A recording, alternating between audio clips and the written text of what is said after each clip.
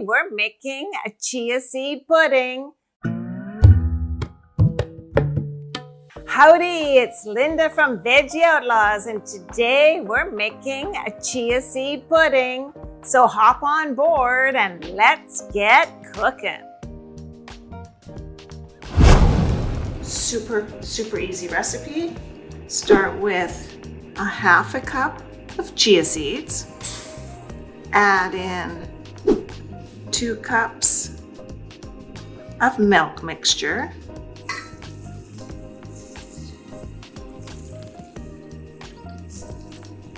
1.5 tablespoons of maple syrup.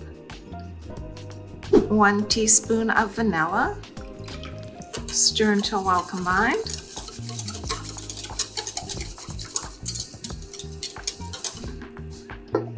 And refrigerate for a couple of hours.